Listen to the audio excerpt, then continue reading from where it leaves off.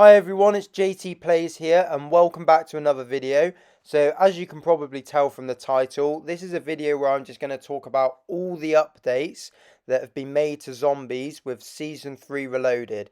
It's quite an extensive list, there's a lot of changes, so bear with me whilst I go through it all. But hopefully by the end of the video you'll be well informed as to what adjustments are being made to Cold War Zombies.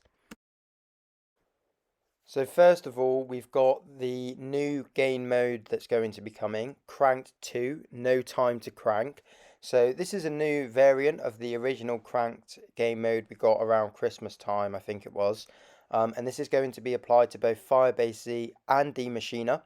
All mystery box locations are active, and mystery boxes now feature action movie inspired weapons and support. The frequency of supports coming up in the mystery box has also been increased. All players start with a knife. Zombies are more likely to drop lethal explosive equipment when killed. Killing zombies obviously adds to the crank timer, and if you don't kill zombies quick enough, the timer will hit 0 and you'll explode, and that will end the game. Crafting tables, wall buys, and the main quest Easter eggs are disabled in this game mode.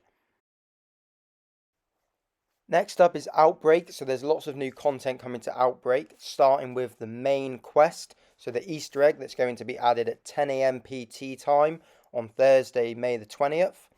They're also adding an Order World event. So I don't think this is going to be an objective. It's just something that you can go over to outside of objectives, a bit like the Dragon Head and other things. They're adding fishing. So this is just going to be another way to get loot items. And they're also adding lots of new intel. There's some gameplay adjustments as well to the Tempest, the Krasny Soldat, just to make them a little easier to handle and to kill. Reducing the number of Tempest enemies that spawn in the Duga region. Addressing some issues with zombie pathing on Ruka and Duga. Sorting out some ping problems when it comes to certain intel and not being able to ping them for other players. Closing an exploit related to the chopper gunner, and also another exploit related to the holdout objective in the Duga region. There's also some adjustments to the world events, so they're increasing the timer for the Fury Crystal event because this was quite short and quite difficult. They're also sorting out an issue where the Demented Echo's health would continue to scale while progressing regions. With regards to objectives, they're addressing or have addressed an issue where all zombie kills in one of the holdout objectives in Golova were awarding XP for barricade kills. So this is obviously quite a specific adjustment they're making. They're also adding the ability to ping the overhead map, a bit like what you can do on Warzone, so you don't have to actually be looking at something in-game in order to ping it. This is a really good feature, I think, something that should have been in it from the start, really. And they're also addressing some stability issues related to vehicles and other things. For those of you that enjoy playing Dead Ops Arcade, there's some gameplay improvements coming to that. So there's a little list here which you'll be able to see on screen. I won't go in depth with this because I feel that this is probably, I don't know, maybe I'm wrong, but the least popular game mode. So if you are interested, then just pause the video, have a little read through. But yeah, they're making some adjustments, adding some bonus areas. There's also some adjustments coming to the enemies. So things like bosses no longer targeting player clones, and quite an extensive list of other things as well. So yeah, just pause the video and have a little read through if you're interested. Treyarch have addressed an issue with the full Arsenal calling card not completing properly, and also some UI adjustments to the scoreboard. So now, instead of it wrapping when kills exceed 65,000 or 65,500, it will now only wrap when it hits the 1 million mark. So we've got some new things coming to Onslaught for PlayStation players. So the map Standoff are being added to the rotation because this is a new multiplayer map that's been added, and Onslaught is of course based off of the multiplayer maps. And Crossroads has been added back to the rotation.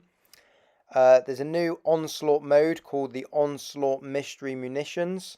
So this is just a limited time game mode. And with this, you'll start with a random weapon, and with every surge, your weapon is replaced with another random weapon, and it scales up with the difficulty. There's also some new challenges, so a new challenge with the exclusive weapon blueprint reward, and some other ones as well. Now, completing an Easter egg or a main quest on any of the maps, including Outbreak, will reward the player with bonus Ethereum crystals equivalent to the last available exfil. Uh, Gameplay wise, the maximum health caps for almost all enemies has been raised to provide more challenge above round 40, and an exploit has been closed that allowed players to become invulnerable when using jump pads while in the Tombstone Shadow mode. The new DLC weapons have been added to the mystery box, so the Mac 10, the Street Sweeper, the LC10, all these weapons that have been added recently are now available in the mystery box. Trials now offer additional weapons. These are basically all the weapons that have been added to the mystery box, the DLC weapons, and they've removed the trial that required taking damage and healing. I'm not sure why, but they obviously just didn't think this was a very good trial. So field grades have received some adjustments, so they now activate faster instead of waiting for the wand animation where you actually pull it out and activate it. So this is really good that they're allowing you to actually activate it quicker. That's going to help you get out of some sticky situations. They've also addressed an issue where activating the healing aura could reset another player's field upgrade progress. Uh, with the support, they've doubled the ammo capacity of the combat bow, and the self-revive cost is now increased by 50 high-grade salvage every time it is crafted. So this is just to prevent people on really high rounds when you've got loads of salvage from just buying self-revives over and over again. I think this is a good adjustment. It makes it a little bit more difficult to get to really high rounds. Perks have also been addressed, so the Deadshot Daiquiri was not being properly applied to the R1 Shadow Hunter, so this has been sorted now. Further challenge improvements relate to the Monkey Shines daily challenge. So the description for the requirements for this challenge has just been made a bit more accurate. And they've also made some weapon adjustments. So custom mods, the ability to add a custom mod blueprint to the apply blueprint feature. The ballistic knife has been adjusted. Projectiles from the ballistic knife can now destroy dark ether crystals. And they've also sorted an issue where some camos were appearing as unlocked early, even though you hadn't actually unlocked them yet for the ballistic knife. The projectiles for the R1 Shadow Hunter can now also destroy dark ether crystals. An issue with the ZRG 20mm where you'd pack a punch it and then bullet penetration wouldn't work properly. This has been addressed.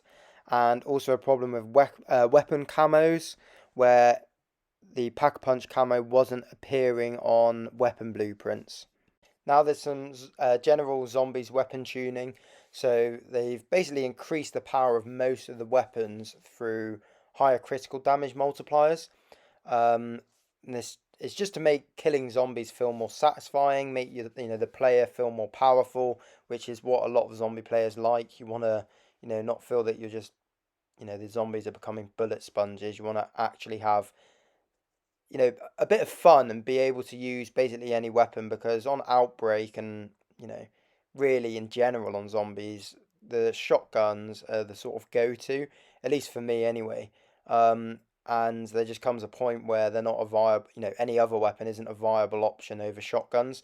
So hopefully with this, it means that you'll actually be able to have a bit more fun with weapons other than the few shotguns that you can use. So this, like Treyarch have said, this update generally brings up the power levels of the Black Ops Cold War arsenal, to ensure every weapon is a viable option. So like I've just said, in all the game modes. There's been other adjustments made to the magazine size and the stock ammo when you pack-a-punch your weapon.